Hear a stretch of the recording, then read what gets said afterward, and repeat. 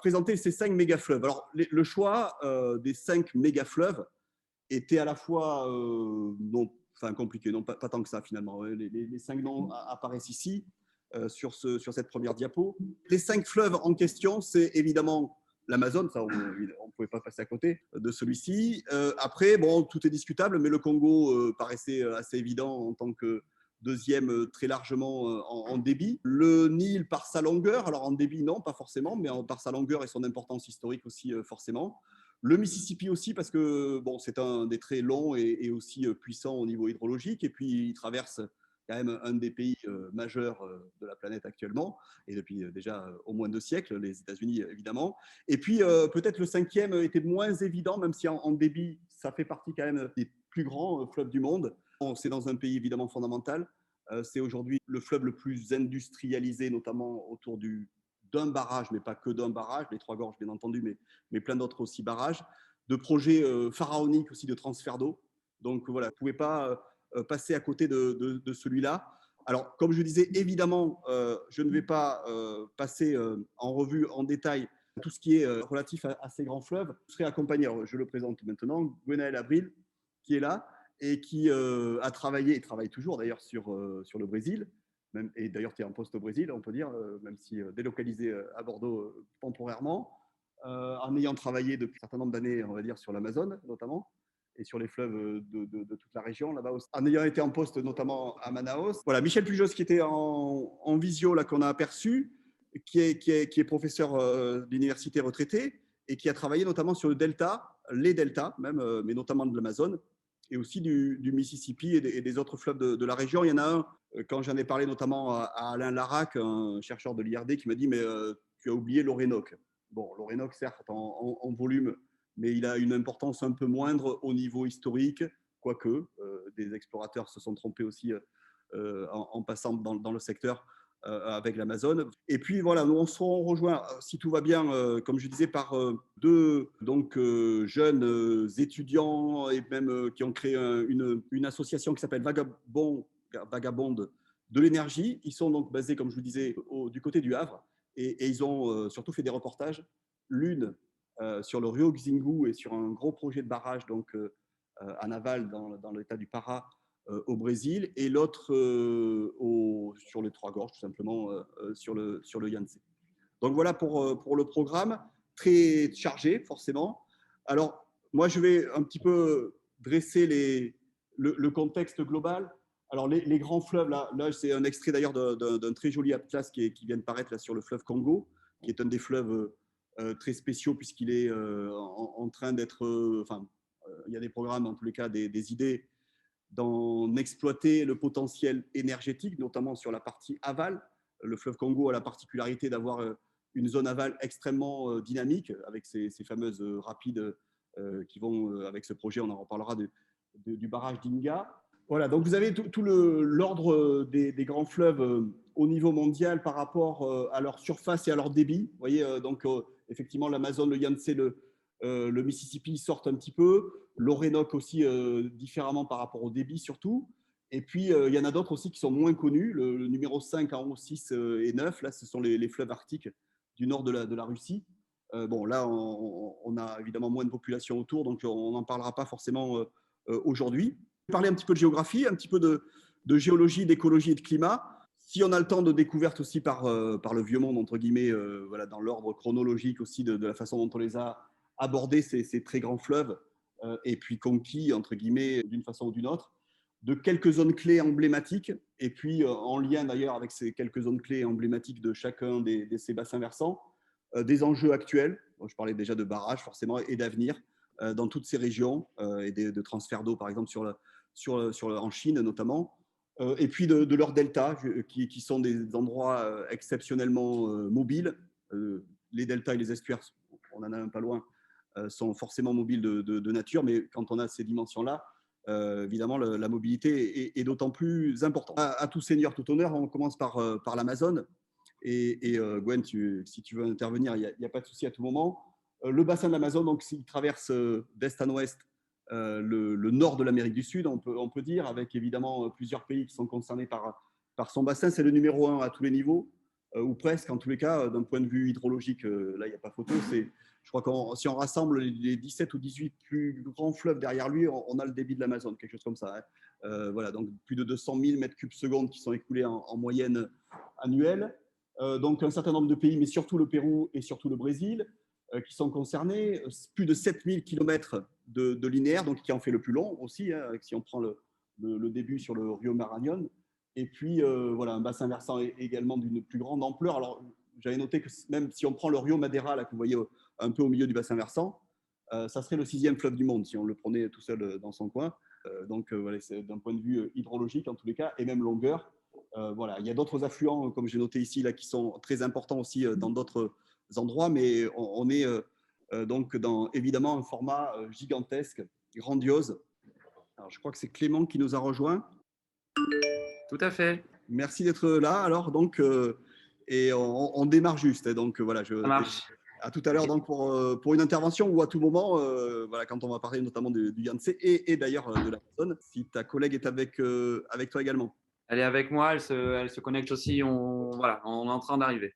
Ok, ça marche. Un très grand fleuve. Alors, juste au niveau de la dénomination, c'est le fleuve des Amazones. Alors, il y a toute une histoire aussi des conquistadors à l'époque, donc d'Orellana notamment, celui qui a parcouru pour la première fois en partant de Quito, donc qui est allé jusqu'à l'embouchure avec de longs mois, une grande aussi aventure qu'il a amené jusque donc à l'océan Atlantique de l'autre côté. Le grand serpent mer des hommes pour les Incas, et puis le terme qui est issu des Indiens Tupis, qui veut dire donc Amazonal, sa rivière, le fleuve qui détruit les pirogues tellement il est fort au niveau hydrologique. Si on revient sur le bassin versant, Manaus, justement, une des zones importantes, à peu près à mi-bassin, on peut dire, et qui est issu d'un village initialement extrêmement réduit, quoi. Un petit mot du deuxième grand fleuve du monde. Alors, 9e en longueur, hein, c'est le petit 9 là, qui est en haut. Congo, évidemment, c'est à la fois le fleuve et les deux pays.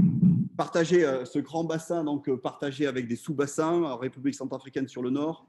Et puis là, j'ai mis cette citation de Diego Cao, le capitaine portugais qui donc avait vu qu'il y avait des eaux douces qui arrivaient sans forcément voir la côte à ce moment-là.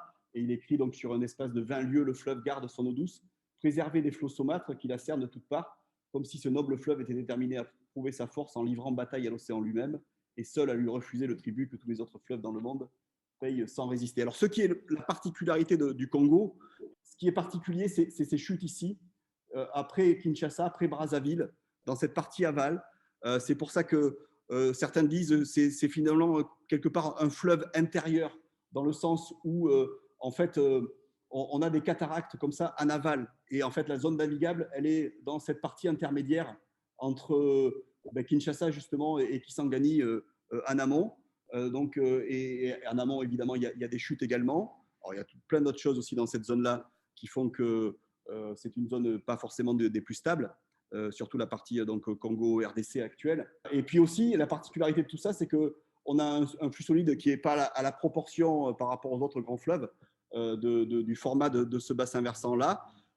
Peut-être parce que justement la zone équatoriale a été moins soumise dans les cycles climatiques passés à des fluctuations comme on en a eu dans des zones plus nord ou plus sud. Donc au final, ça fait moins de sédiments fins et donc encore des zones très rocheuses qui n'ont pas été attaquées, altérées par le flux, qui le sont un petit peu, mais pas. Et alors dans ces zones aussi aval, là d'ailleurs c'est la recherche en biologie, on a des fosses à plus de 200 mètres de profondeur, ce qui en fait des choses extraordinaires.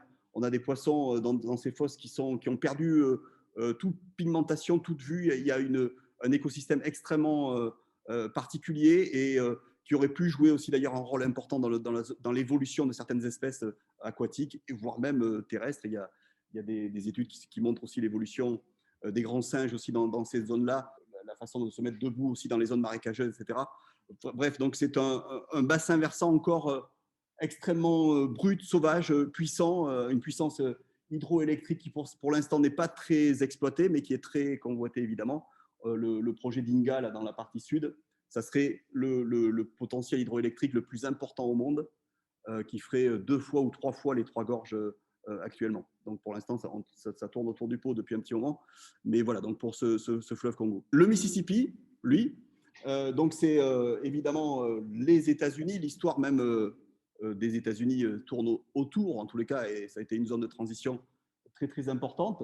Le Mississippi, donc c'est le deuxième fleuve en longueur si on compte évidemment le départ depuis le Missouri, donc qui est un affluent particulièrement important en longueur, pas forcément en débit, mais par contre en flux solide aussi, pour alimenter toute la partie des plaines en aval et du delta, bien entendu. On voit bien que ce delta, rien que sur cette carte-là, il progresse vers le large. C'est un couloir migratoire aussi très, très important, avec un système de marécage très, très développé en aval, bien sûr, mais tout le long, naturellement, même si depuis, évidemment, il y a eu des aménagements. Et puis, beaucoup, une biodiversité aquatique extraordinaire aussi, 260 espèces de poissons, donc un quart des espèces d'Amérique du Nord. Donc, évidemment, et puis une structuration très, très importante dans la vie des États-Unis. Alors, voilà, dans la partie aval, donc c'était la formule trop épais pour le boire, trop liquide pour le labourer. Ça montre bien les flux sédimentaires qu'il y a naturellement dans ce fleuve-là. Alors le Mississippi, donc son nom même est comme le nom de beaucoup de villes, de beaucoup d'États et viennent de rivières qui elles-mêmes prennent le nom voilà, de termes indiens. Là, pour le coup, c'est le grand fleuve. Souvent, d'ailleurs, pour Zaïre, c'était pareil, ça venait de l'eau, tout simplement. Une carte qui montre un petit peu tous ces affluents et parmi les affluents, notamment du Missouri, on voit des zones aussi historiquement importantes, les dernières batailles notamment avec les Indiens des plaines. Il y a une des plus grandes réserves hydrogéologiques sur la partie justement est du Mississippi, c'est le grand aquifère de l'Ogallala, qui est un aquifère parmi les plus importants, le plus important d'Amérique du Nord en tous les cas. On a d'ailleurs dans notre magazine un article qui en parle plus en détail, donc qui se situe plutôt dans cette zone-là et qui alimente justement toutes ces rivières dans la partie est. Et puis justement, on en reparlera, le Mississippi, c'est toute une histoire coloniale aussi, du nord au sud dans un premier temps, et puis du sud au nord, également d'est à ouest aussi, pour ceux qui voulaient aller de l'autre côté, parce qu'en fait, l'idée initiale, c'était de trouver le chemin vers la Chine et l'Inde, plutôt que de trouver l'Amérique elle-même. Voilà, et puis le Nil, évidemment, le Nil, c'est un grand fleuve partagé par, alors si vous arrivez à compter, il doit y avoir une dizaine de pays. Le fleuve le plus international du monde, c'est le Danube, qui est partagé sur son bassin versant entre 13 pays, donc au cœur de l'Europe, d'autant plus avec la partition des anciens pays yougoslaves. Mais voilà, celui-ci, le Nil, est très, très, très international aussi, et ce qui est justement aujourd'hui un des très, très grands enjeux. Alors, le Nil, évidemment, est connu depuis bien longtemps. En fait, il fut un temps où le Sahara fut beaucoup plus humide, et puis les populations, avec l'aridification du Sahara, se sont concentrées autour des grands fleuves de la région. Alors, il n'y en a pas 50 des grands fleuves de la région. Il y avait le fleuve Niger de l'autre côté, et puis le Nil de ce côté-là. Et donc, le Nil est un grand fleuve qui descend des grands lacs, un grand frère plutôt du Congo, voilà, dont les sources donc sont assez proches l'une de l'autre, dans la même région en tous les cas. Et puis donc, il s'écoule à travers d'abord les pays autour du Grand Lac, aujourd'hui l'Ouganda par exemple, et puis le Soudan, le Sud-Soudan, le Nord-Soudan. Et puis après, c'est d'une grande zone désertique qui est traversée jusqu'au delta. Des enjeux très forts autour du Nil aujourd'hui, notamment, alors cette citation de Boutros Ghali à l'époque, la prochaine guerre de notre région concernera l'eau, pas la politique. En même temps, la politique et l'eau, c'est un petit peu lié, forcément. Vous avez forcément entendu parler du barrage de la Renaissance, qui est en jeu, on y reviendra tout à l'heure. Donc sur le Nil bleu, parce qu'en fait, le Nil, c'est certes le Nil blanc, qui a été l'objet de beaucoup d'explorateurs pour les ressources, la recherche des sources du Nil. Ça a pris du temps et de l'énergie à un certain nombre de Britanniques notamment. Mais en fait, 80% du Nil soudanais et égyptien vient d'Éthiopie, 80% de l'eau. Voilà, à la jonction, à la confluence entre le Nil blanc et le Nil bleu à Khartoum, 80% de l'eau, c'est du côté de l'Éthiopie. Et l'Éthiopie, qui jusque-là était plus ou moins exclue du partage officiel de l'eau sur le bassin du Nil, commence à carrément entamer des procédures de construction de barrages qui, forcément, inquiète nettement en aval les Soudanais et surtout les Égyptiens encore plus en aval. Voilà, alors bon, la crue, évidemment, a été longtemps bénie, entre guillemets, pour. Alors, cette crue venait, comme je disais, de la partie amont, mais également, alors, en tous les cas, la mythologie parle de grands réservoirs souterrains qui étaient là de façon à abonder vers l'aval à partir de ce secteur-là des grandes cataractes. Voilà, et puis le dernier d'entre eux, et justement, donc Clément Bresciani notamment pourra intervenir là-dessus, c'est le Yangtze, ou Yangtze, ou Chanliang, d'ailleurs, je crois que c'est comme ça qu'on le nomme plus communément, donc le long fleuve, en l'occurrence 6380 km, un débit quand même très très important à l'exutoire, 31 900 mètres cubes secondes, donc un bassin versant relativement effilé aussi avec un certain nombre de zigzags. On vient des grands plateaux himalayens, là, pour le coup.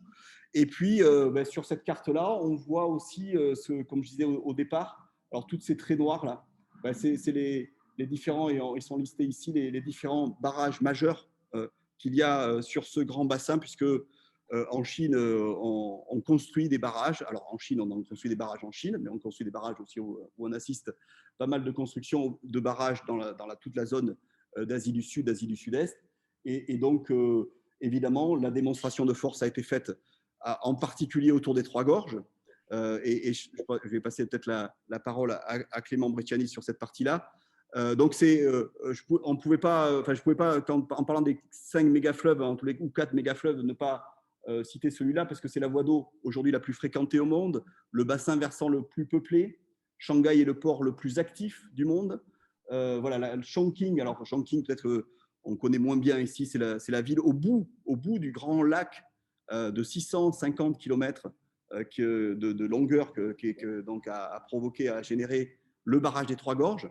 Et aujourd'hui, donc cette ville de Chongqing, c'est une trentaine de millions d'habitants et c'est la croissance urbaine la plus importante au monde à ce jour, en lien évidemment avec ce qu'a amené en industrie, etc., ce barrage. Et puis c'est de l'eau potable pour 400 millions de personnes sur le bassin même, mais pas que sur le bassin même aujourd'hui, puisqu'il y a des transferts d'eau du sud vers le nord, puisque la Chine a ce paradoxe-là d'avoir de l'eau en abondance relative au sud, avec ce grand fleuve-là et puis quelques autres, mais d'avoir une pénurie notable d'eau au nord, et notamment dans la région de Pékin, qui est quand même la capitale, et d'avoir un fleuve jaune qui est quasiment exsangue à son exutoire une partie de l'année, du fait déjà, bon, climatiquement, il a des variations plus importantes que le Yangtze, mais aussi du fait des prélèvements qui sont faits.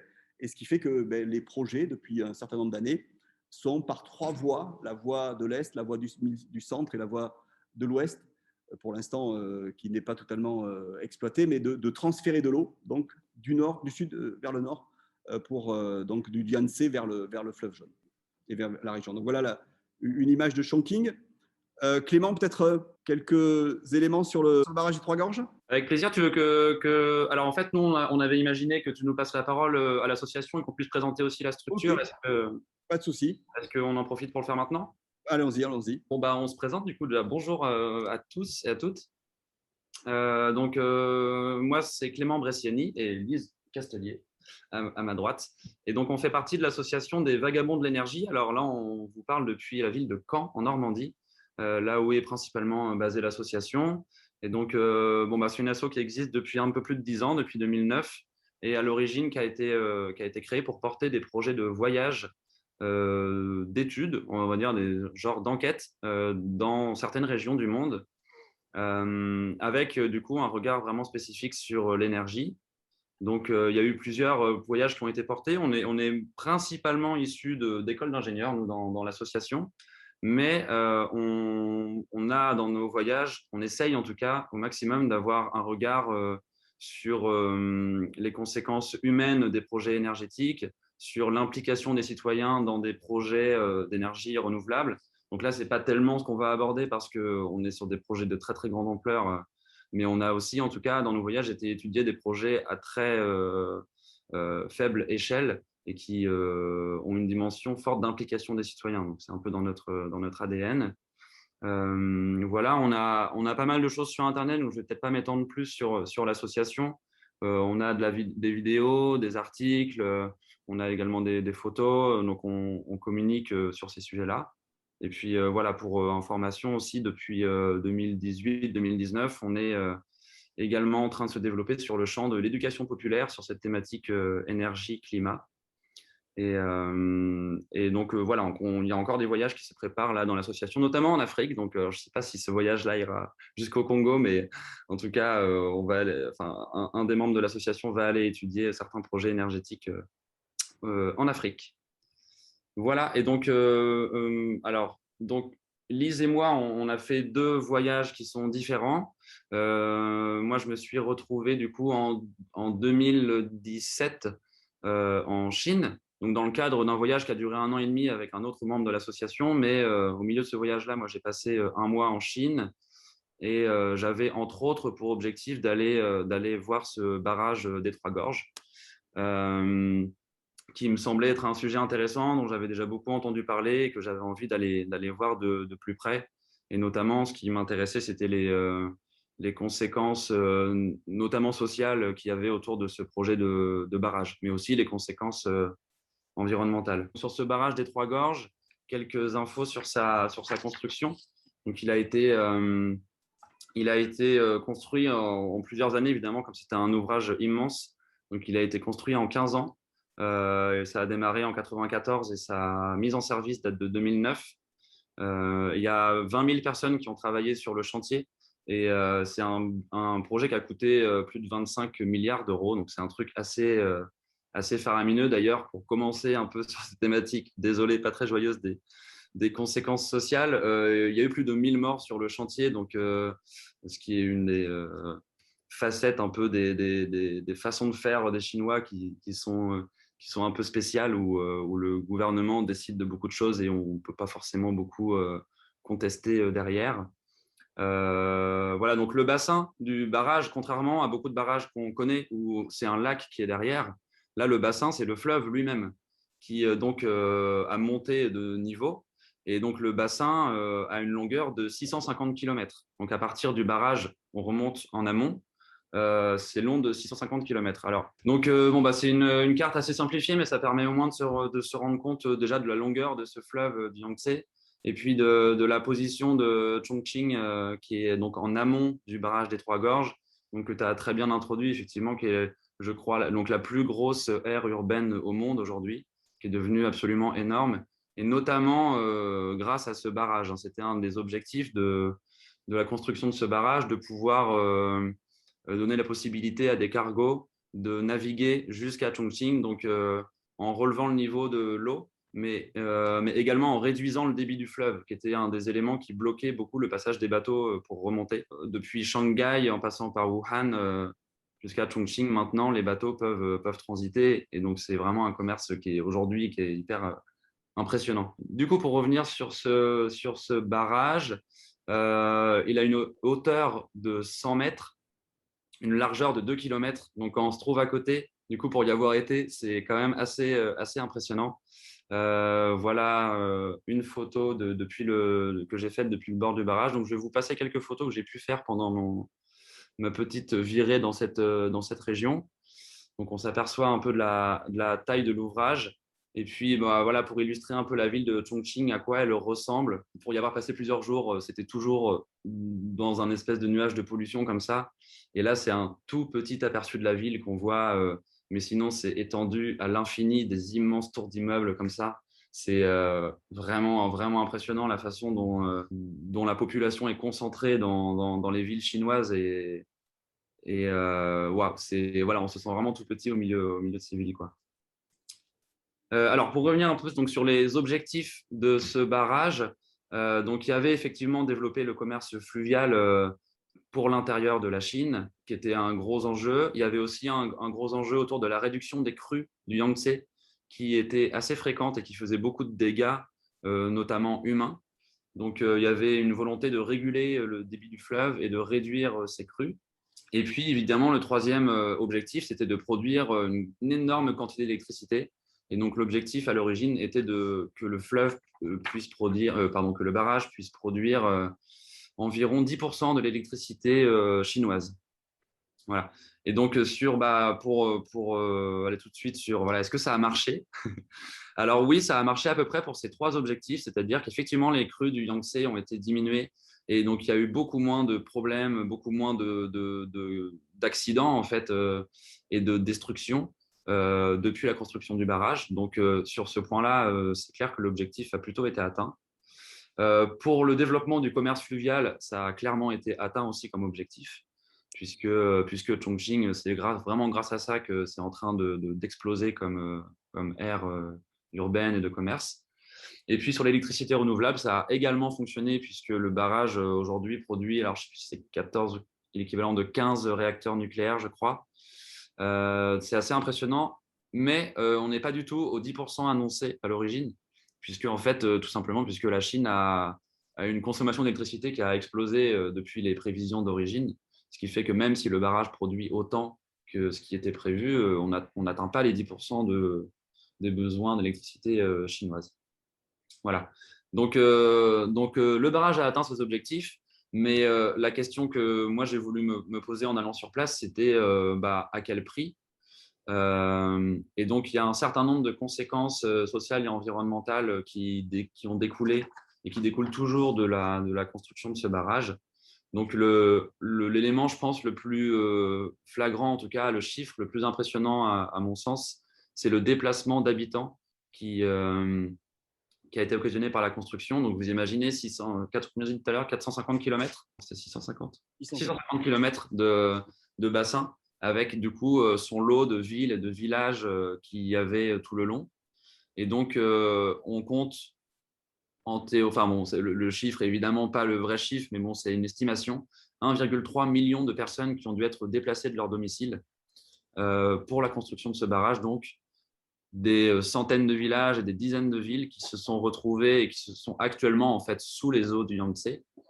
Et donc, des villes qui ont dû être reconstruites, des habitants qui ont dû être relogés.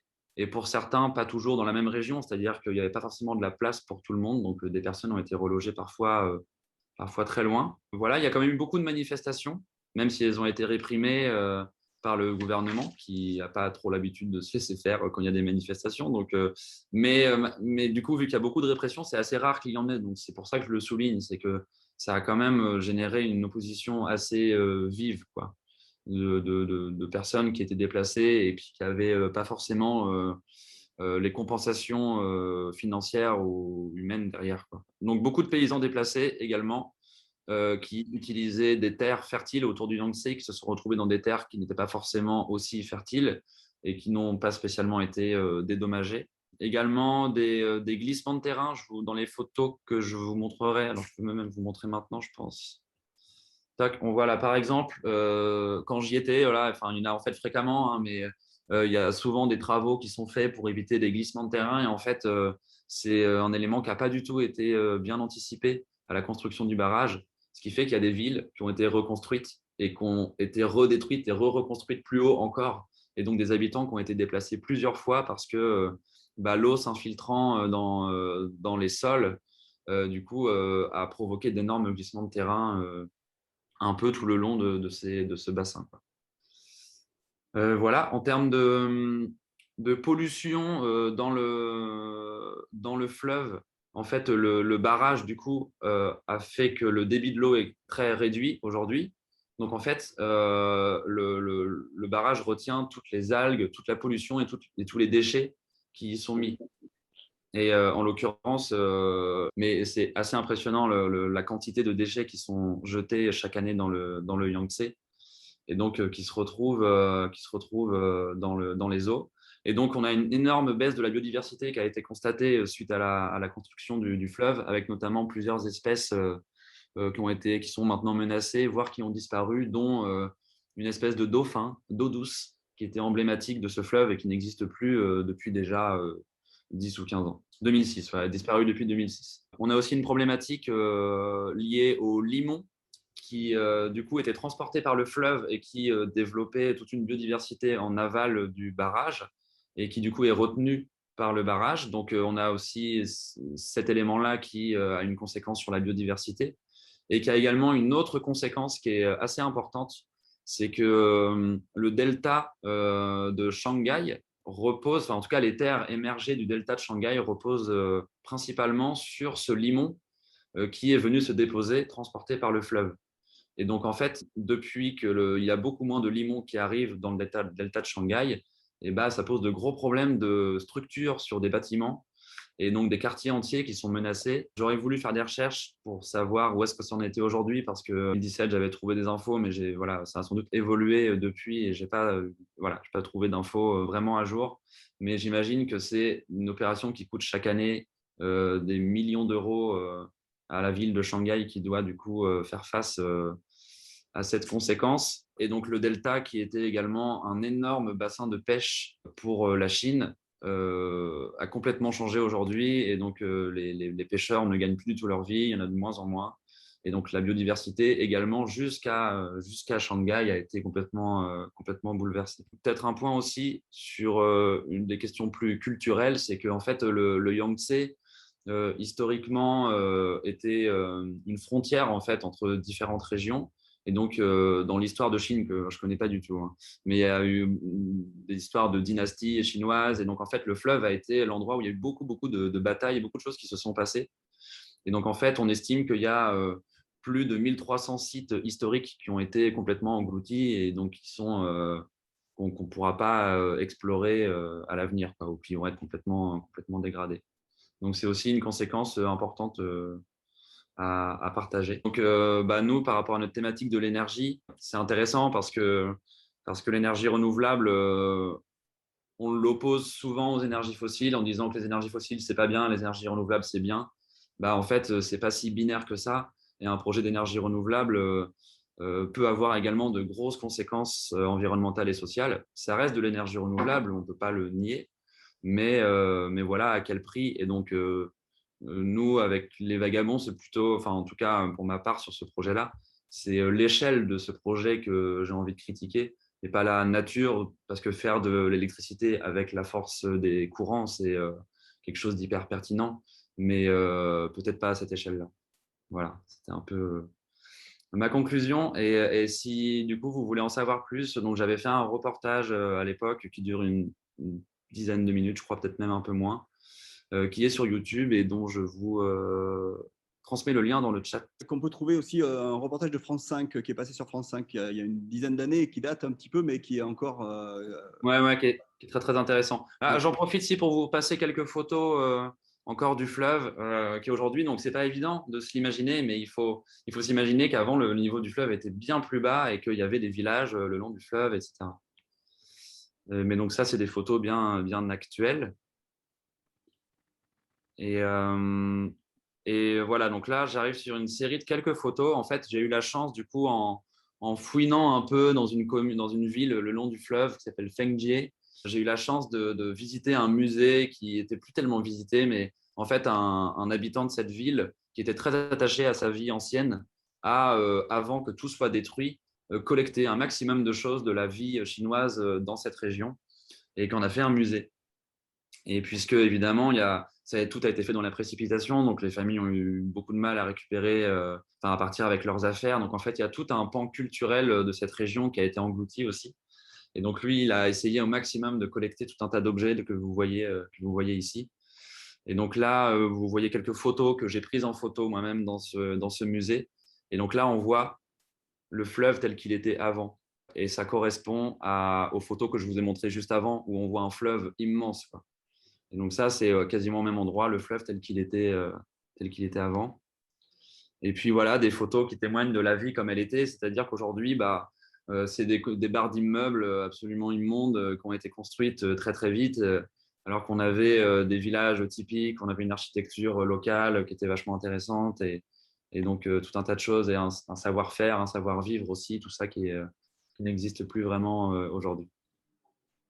Bien, merci. Est-ce que vous avez des questions? La question est sur les écluses. Alors, il y a des grandes écluses pour passer le barrage, hein. Oui, je ne sais plus combien il y en a. Il y en a entre 5 et 10, je ne sais plus exactement, mais c'est énorme puisque la hauteur est assez grande. Est-ce que le débit du fleuve dépend beaucoup de la fonte des glaciers sur le plateau tibétain, ou est-ce que c'est juste une variable qui est pas très importante dans le régime du fleuve? C'est pour savoir. Là, encore une fois, je ne saurais pas répondre précisément. Je pense que ça avait une importance avant, mais qu'en fait, le changement de débit lié à la construction du barrage a tout changé, quoi. Et que du coup, l'influence des glaciers est négligeable par rapport à l'influence qu'a eu le barrage. Ouais. Alors, Moi, ce que j'ai bien aimé dans ce que vous disiez aussi, c'était le lien entre la richesse de la biodiversité et la richesse de la diversité culturelle. Si l'un était atteint, l'autre aussi. Ça, c'est intéressant comme analogie.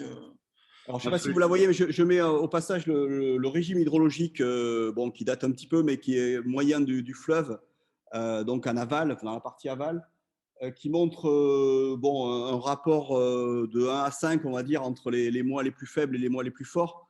Alors, évidemment, le plateau tibétain est un élément important et dans les projets aujourd'hui de détournement, enfin de transfert carrément plutôt d'eau du Yangtze vers le nord, il y a une question qui se pose aujourd'hui dans le débat même en Chine, c'est voilà, comment sera le débit du Yangtze dans 20 ou 30 ans en rapport justement avec l'évolution de cette zone-là de l'Himalaya. On a fait une conférence, Olivier, ensemble il y a peu de temps là-dessus.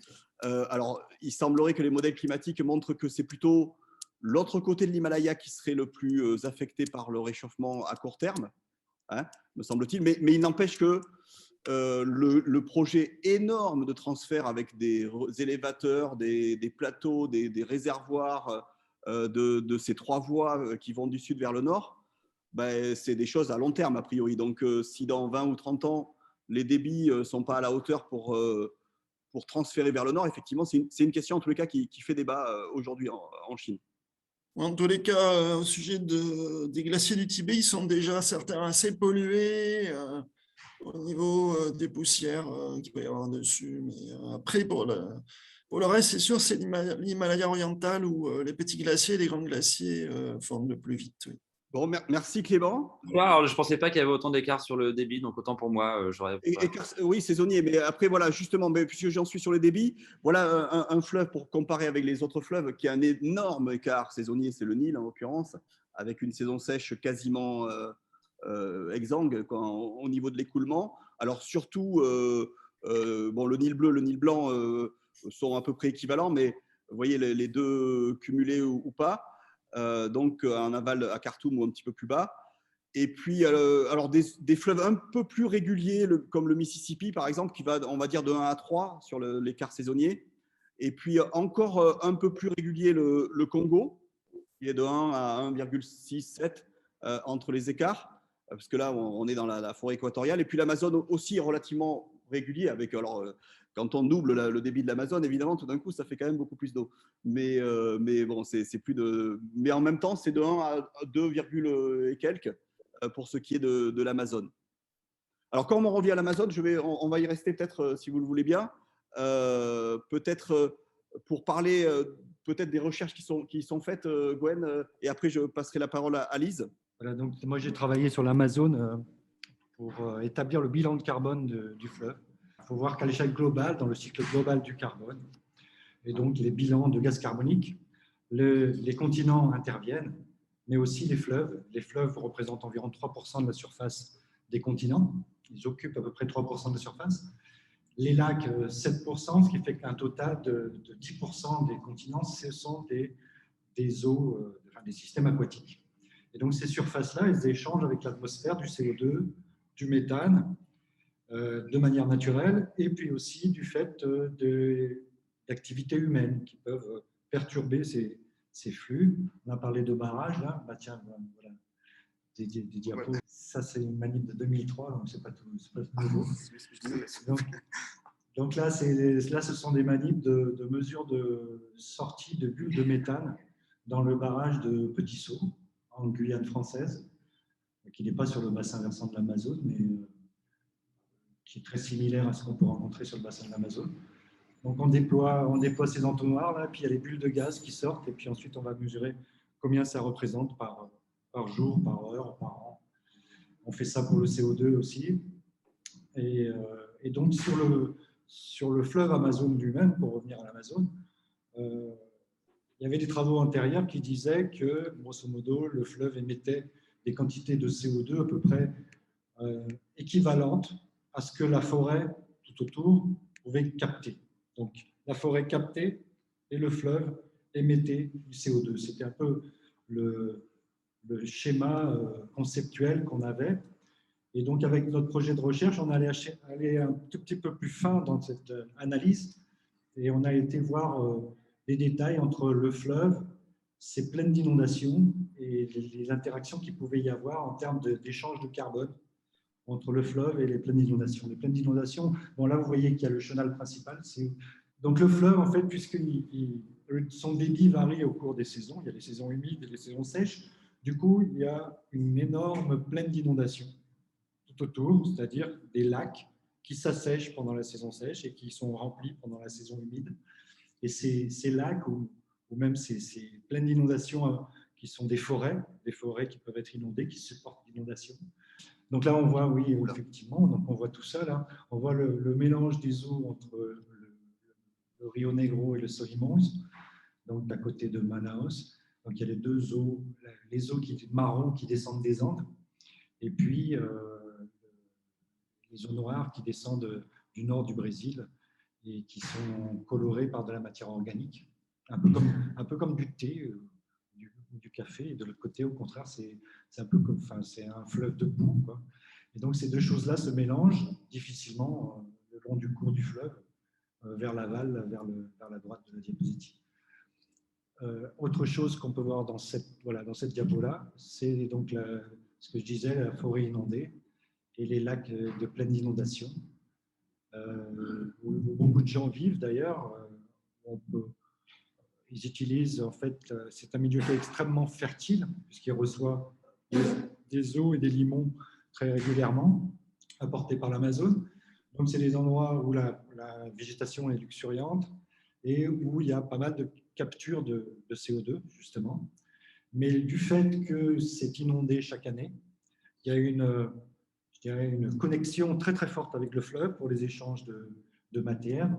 Et donc, c'est ce que nous, on a pu quantifier à l'échelle de l'Amazone en montrant que finalement, la quantité qui sortait du fleuve ne venait pas de la forêt tout autour, mais venait de du système fluvial lui-même à travers la capture de CO2 par ces plaines d'inondation.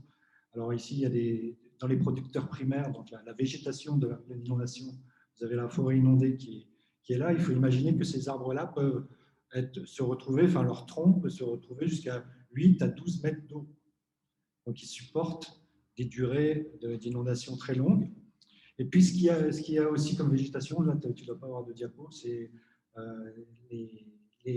ce qu'on appelle les macrophytes. En fait, c'est une végétation flottante qui peut se développer dans les plaines d'inondation, coloniser les lacs. Alors elles sont enracinées, puis au fur et à mesure que l'eau monte, elles se mettent à flotter, et vous avez des terrains de football ou des centaines de terrains de football, comme ça, à perte de vue, de végétation flottante dans les plaines d'inondation de l'Amazone. Et ça aussi, ça capture énormément de carbone.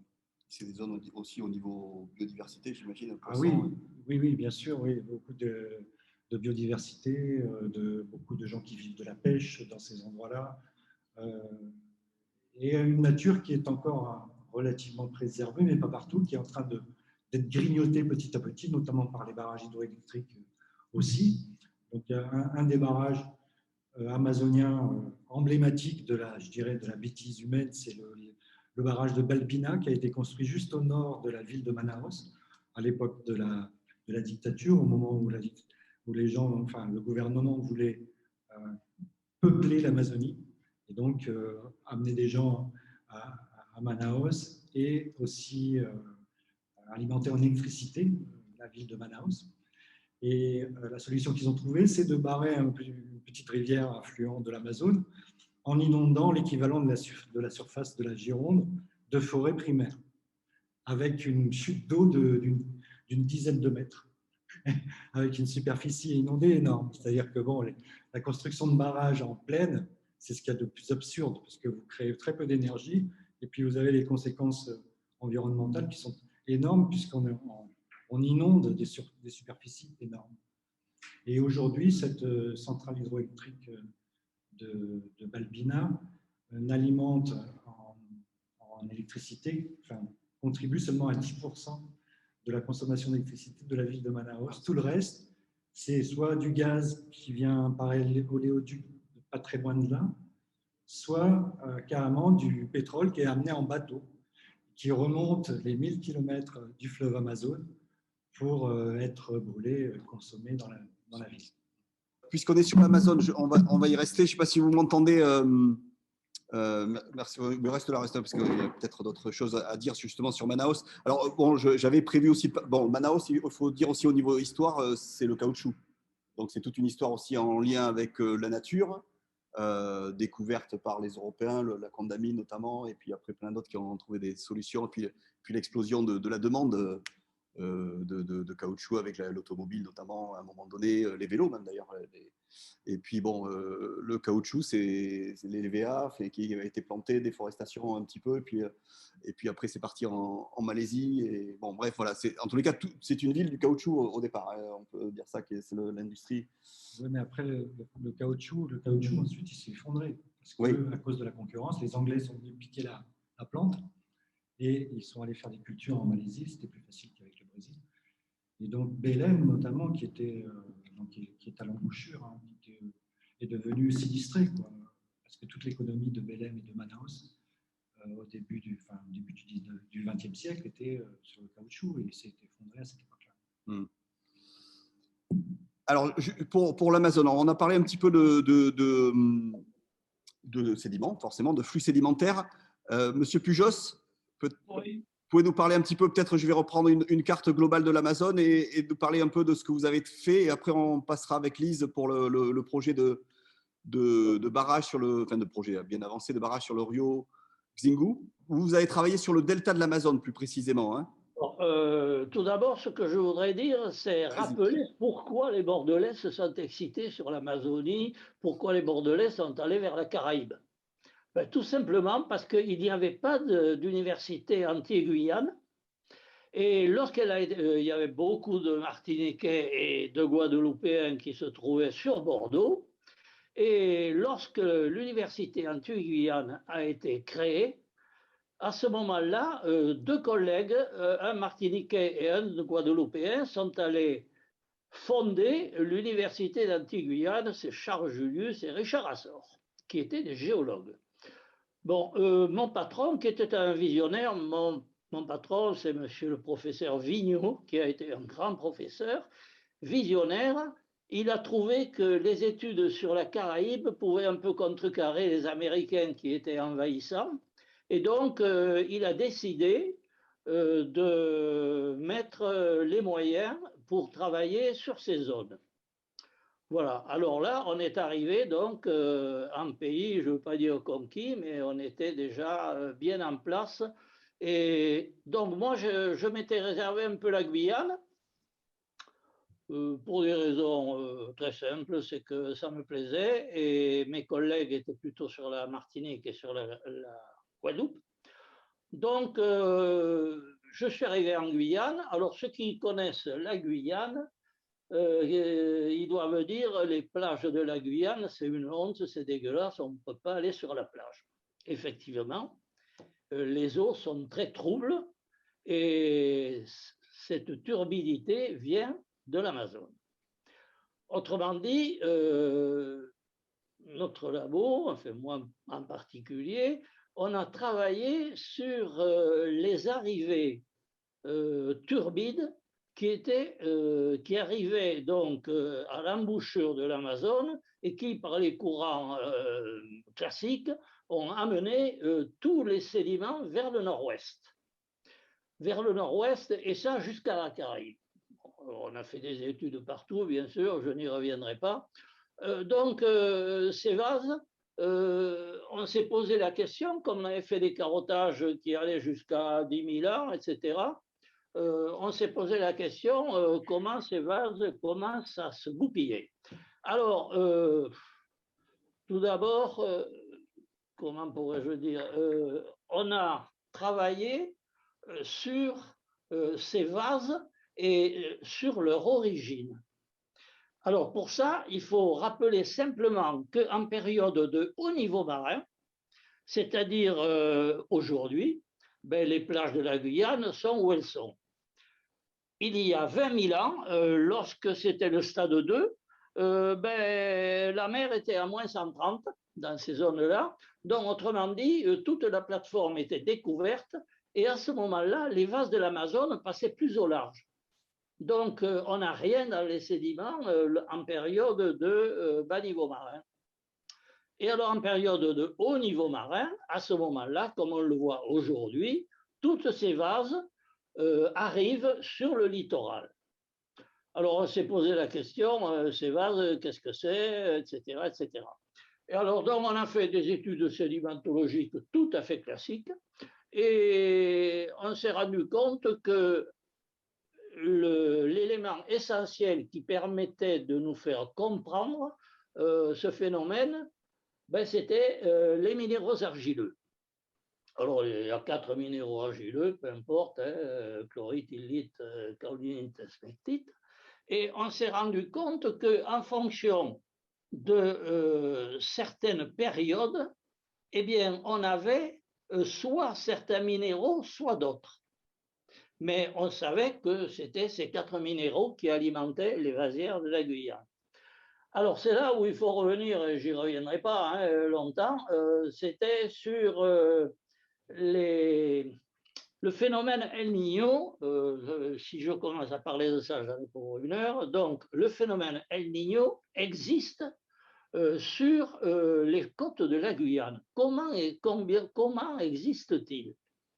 Alors, tout simplement, en période de, disons, en situation atmosphérique normale, et après je parlerai de la situation atmosphérique sur l'Amérique du Sud-Nord, en situation ENOA. Alors, en situation atmosphérique tout à fait normale, ben, il pleut beaucoup sur le flanc oriental des Andes, c'est-à-dire vers les Llanos.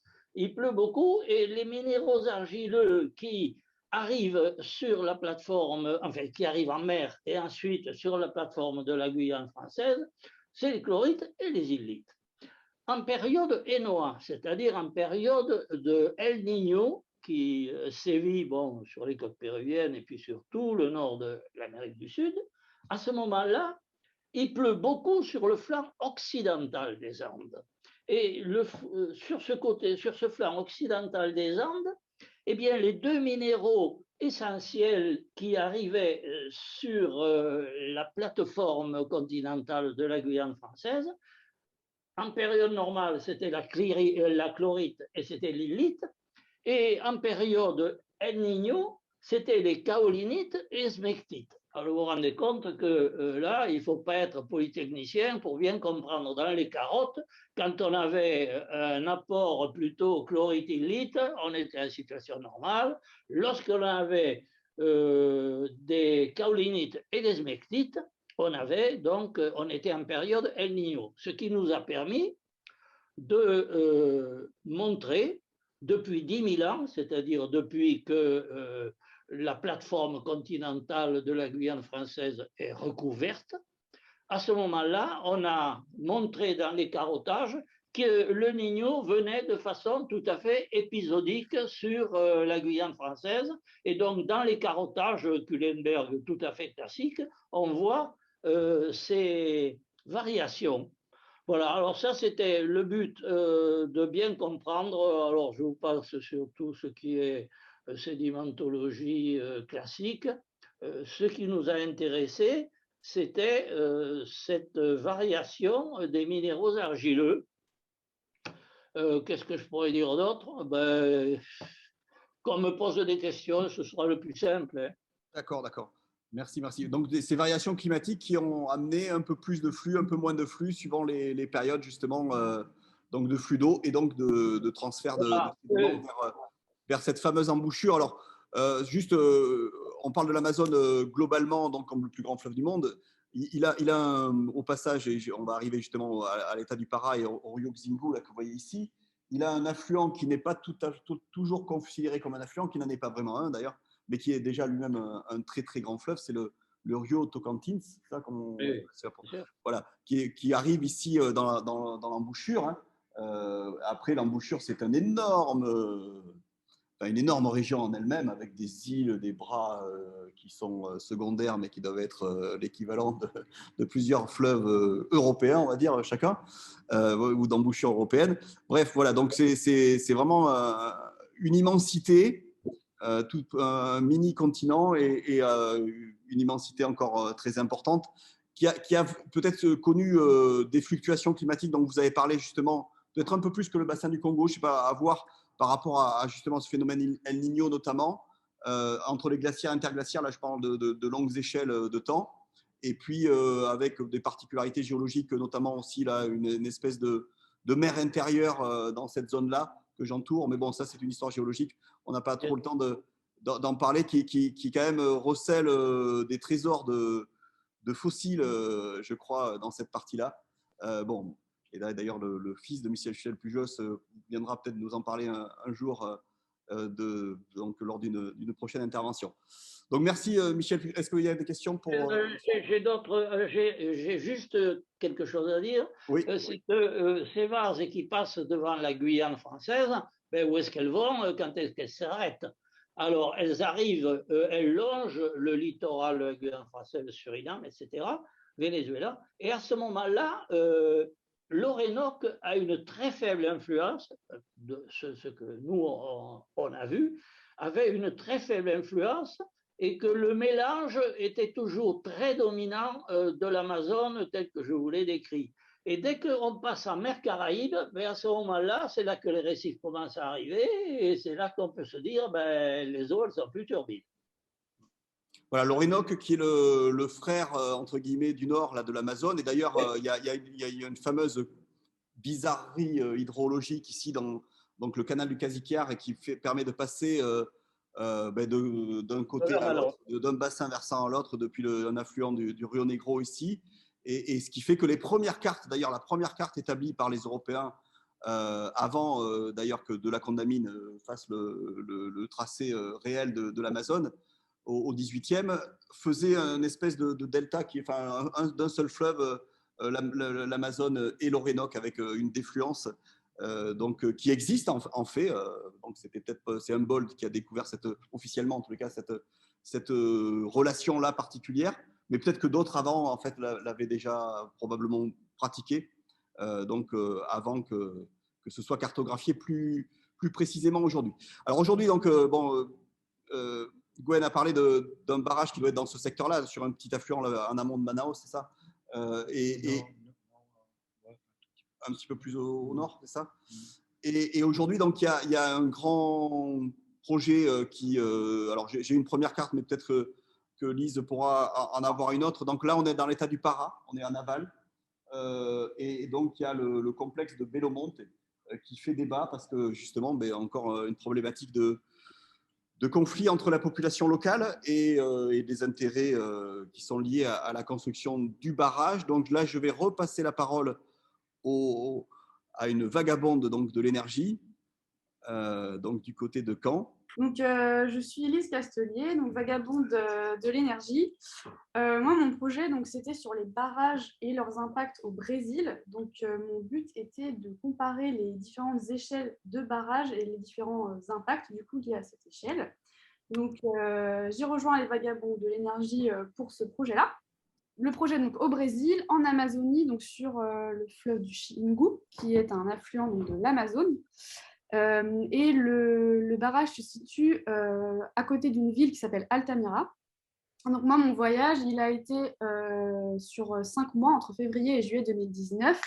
Donc en 2019, c'était l'inauguration de la dernière turbine. Donc c'est vraiment plus un projet, le barrage, il est terminé. J'ai été à Altamira de juin à juillet 2019, donc c'était dans le cadre d'une année de césure. Et donc j'ai fait un reportage qui se trouve sur YouTube et je mettrai également ce reportage dans le chat pour ceux qui souhaitent y aller. C'est un barrage qui fait 14 gigawatts. Donc pour donner un équivalent, une tranche nucléaire, c'est à peu près 1 gigawatt. Et ça, donc, c'est un seul barrage qui fait 14 gigawatts. Alors, donc pour resituer, pardon, donc là, on voit bien l'Amazone et on voit bien où est le Xingu.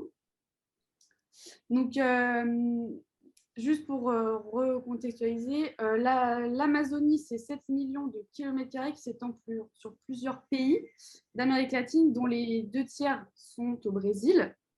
L'Amazone, lui, le fleuve, comme vous l'avez dit, c'est si j'ai bien compris, le plus long fleuve avec le Nil, mais surtout le plus étendu.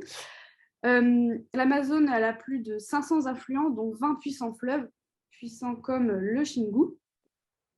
Le Xingu, il est aussi abondant que le Gange et son débit à l'embouchure est de 180 000 mètres cubes par seconde. Ah, pardon, on va fermer la fenêtre peut-être pour le bruit. Donc la vie tout autour du fleuve, vous l'avez déjà dit, mais elle est rythmée vraiment par ses crues et décrues. Et quand je parle de la vie, c'est effectivement la biodiversité, mais aussi la vie des indigènes qui se trouvent autour de ce fleuve. Donc le Rio Xingu, c'est 2260 km et son bassin versant, c'est équivalent à la surface de la France. Donc c'est pour essayer de se rendre compte un peu de l'étendue de ce fleuve. C'est le plus irrégulier en termes de débit. Je montrerai peut-être un petit graphique comme on a vu tout à l'heure. Et donc les rives du Xingu, elles sont habitées par 14 000 indigènes dans 9 groupes distincts, et notamment les Kayapos, donc on a vu tout à l'heure sur vos photos le chef Raoni. Donc le Belo Monte, c'est le 3e plus grand barrage du monde. Donc le premier, c'était le barrage de Clément, le barrage des Trois Gorges de Chine. Et le 2e, il est au Brésil, c'est le barrage d'Itaipu. Et donc le 3e, le Belo Monte, qui se situe donc sur le fleuve du Xingu au Brésil. Donc le Brésil, c'est un pays qui est alimenté aujourd'hui à peu près à 70-75% en électricité par les barrages. Et donc, en 89, lors de la dictature militaire, il y a donc un projet qui s'appelle le projet Cararao, qui est un complexe de barrages. Donc, ce projet-là, il présentait environ 5 barrages, les uns à la suite des autres, sur le fleuve Xingu. Et en fait, en 89, il y a eu un mouvement d'indigènes sur place, mais aussi un mouvement de contestation à l'international, donc notamment le chanteur Sting qui a porté cette cause. Et donc le projet, il a été annulé, reporté à ce moment-là. Des années plus tard, c'est Lula qui est élu en 2002. Et en fait, lui, il souhaite relancer le projet. C'est notamment en lien avec ce qu'il a fait comme programme qui s'appelle le programme Accélération de la croissance et aussi un programme qui s'appelle Luz para Todos, donc qui veut dire la lumière pour tous. Et en fait, il se trouve que dans les années 2000, le Brésil connaît de grandes coupures d'électricité. Et donc, ce projet-là, le projet Cararao, qui avait été abandonné, reporté en 89, il est réétudié d'une manière un peu plus soft, entre guillemets, avec un seul barrage au lieu de 5, et donc le barrage du Belo Monte. Donc, il y a eu à nouveau des mouvements sociaux, des indigènes, comme je le disais, mais aussi des habitants de la ville. Et malheureusement, malgré les nombreux recours en justice qu'il y a eu, les travaux commencent en 2011, les travaux pour construire le barrage du Belo Monte. Et comme je l'ai dit tout à l'heure, la dernière turbine a été inaugurée en 2019 sous la présidence de Jair Bolsonaro. Donc, je vais vous montrer un petit peu le site du Belo Monte. Donc, on peut voir ici la ville d'Altamira. Et en fait, ce qu'ils ont fait pour ce barrage, c'est qu'ils ont dévié ici par un canal totalement artificiel, donc le fleuve. Donc, ce qui fait que toute cette partie ici a été asséchée, donc de 80%.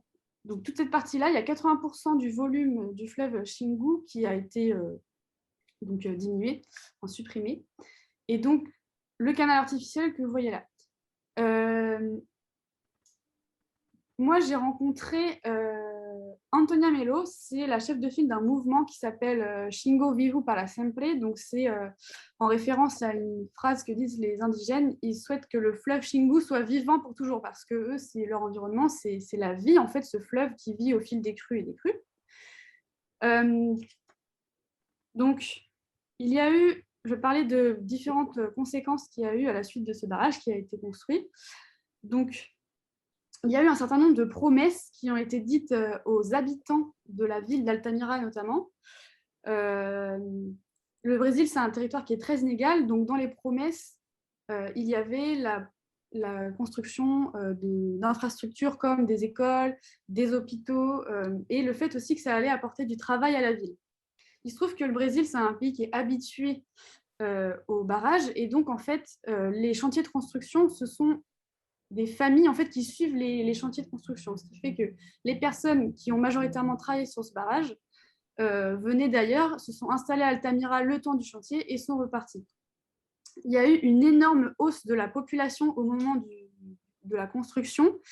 La population d'Altamira, elle était de 100 000 habitants et elle a augmenté de 50%, avec des personnes qui étaient payées avec des salaires de 2-3 fois le minimum brésilien. Du coup, il y a eu des énormes écarts.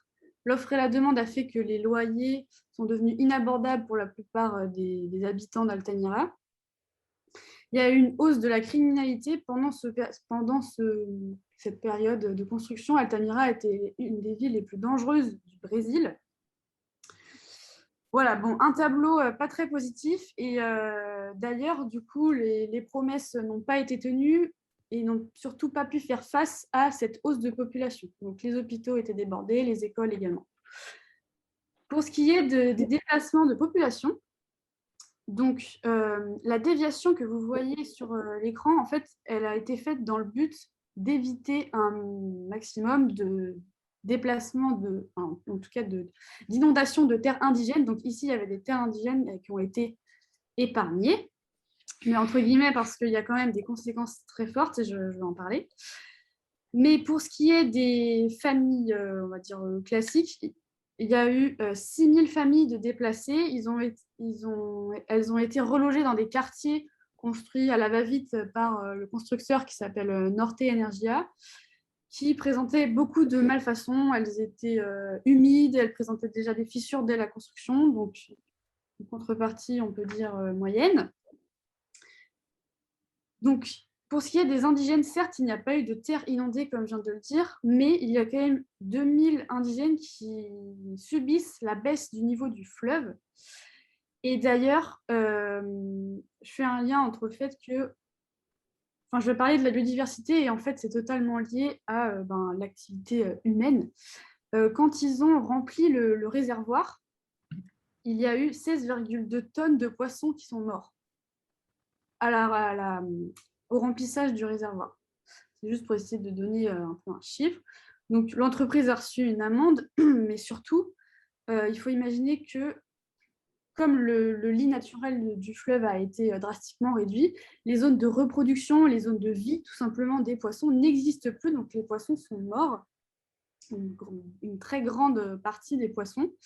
Ces poissons qui sont soit la source de revenus de beaucoup de pêcheurs qui vivent autour d'Altamira, ou des pêcheurs qui se retrouvent sans revenus, et également des indigènes qui vivent de la pêche, c'est leur façon principale, oui, de se nourrir. Donc, des populations bouleversées par ce barrage et des conséquences, des promesses dont ils n'ont jamais vu le jour. Donc, je vais conclure, même si je vais un peu le faire. J'ai un peu la même conclusion que Clément, c'est-à-dire que certes, c'est une énergie renouvelable, mais les conséquences sur le fleuve et sur les personnes qui vivent autour, sur l'environnement, ne pourront jamais être effacées par des amendes ou des compensations, des indemnités données aux personnes. Et donc, voilà, c'était un peu mon but dans mon reportage, de pointer un peu ces mégastructures qui détruisent l'environnement. Et pour essayer d'avoir une ouverture sur quelque chose de plus positif, j'ai aussi été voir des projets de production à base d'hydroélectricité avec une échelle beaucoup plus locale, donc des personnes qui ont réhabilité un moulin ou j'ai rencontré aussi quelqu'un qui a monté une start-up pour créer des micro-usines hydroélectriques pour les agriculteurs qui se trouvent loin des réseaux d'électricité. Donc voilà, il existe des façons un peu plus vertueuses de produire de l'hydroélectricité. Je viens de me rappeler que je n'ai même pas montré à quoi ressemble le barrage. Voilà à quoi ressemble le barrage. Donc la surface, c'est un barrage dit au fil de l'eau, donc qui n'est pas censé avoir une surface infinie, une immense surface d'inondation. Mais bon, il y a quand même une augmentation. Là, il y a une surface d'inondation de 500 km². Voilà, merci de votre attention. Et si vous avez des questions, je suis tout oui. Merci beaucoup. Je ne sais pas s'il y a des questions. Alors, il Oui. reste peu de temps je crois, par rapport. Mais oui, c'est quelqu'un qui est en visio. C'est Olivier, vas-y. Oui, j'aurais une petite question. Quelles sont donc les représentations culturelles des populations autochtones, et notamment les représentations peut-être un peu sacrées du fleuve Amazon par rapport aux dégâts justement causés par la création des barrages et par les hommes?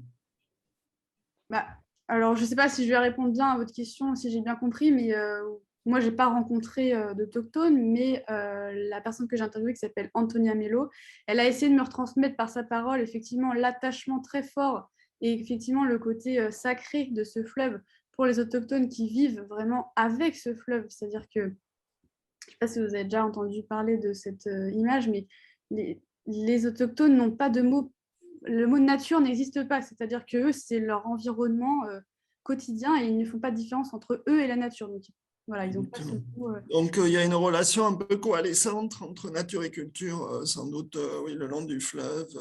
C'est ça, donc quand le fleuve meurt, c'est leur propre vie à eux qu'ils ont peur qu'elle s'éteigne en fait. Voilà. Il y a un lien très fort de corrélation entre la mort des poissons, de ce fleuve qui réduit, de la végétation et leur propre vie en fait. Vous êtes parti en voyage et vous avez profité de ces voyages pour faire des reportages, c'est ça l'idée, hein? Voilà, c'est ça. Je suis partie seule donc, au Brésil. En fait, je suis arrivée à Rio, puis j'ai remonté le long de la côte en bus, le long de la côte brésilienne jusqu'en Amazonie. Et voilà, la mission était d'aller voir différents sites de production d'hydroélectricité à différentes échelles et donc de produire un reportage à la suite de ça. Et ma mission continue dans le sens où voilà, il y a une intervention dans un lycée qui est prévue le mois prochain. Je suis ici également pour en parler. Voilà. Juste pour compléter, ce n'est pas l'association qui propose des missions, c'est des personnes qui rejoignent l'association avec un projet et qui trouvent dans l'association un support logistique, de communication, qui trouvent de la mutualisation de matériel, etc. Donc voilà, mais nous, on n'impose pas ou on ne propose pas de mission, c'est des personnes qui nous rejoignent tout à fait librement. Et avec une idée de mission en accord avec ce que vous avez fait. C'est-à-dire, en gros, la question subsidiaire, c'est qu'une Bordelaise ou un Bordelais pourrait très bien… Alors, je pense qu'il y aura beaucoup d'infos sur leur site Vagabond de l'énergie, hein, parce que là, le problème, c'est que notre temps est compté. On doit quitter les lieux à 20h. Alors, je regarde l'heure, il est à peu près 20h.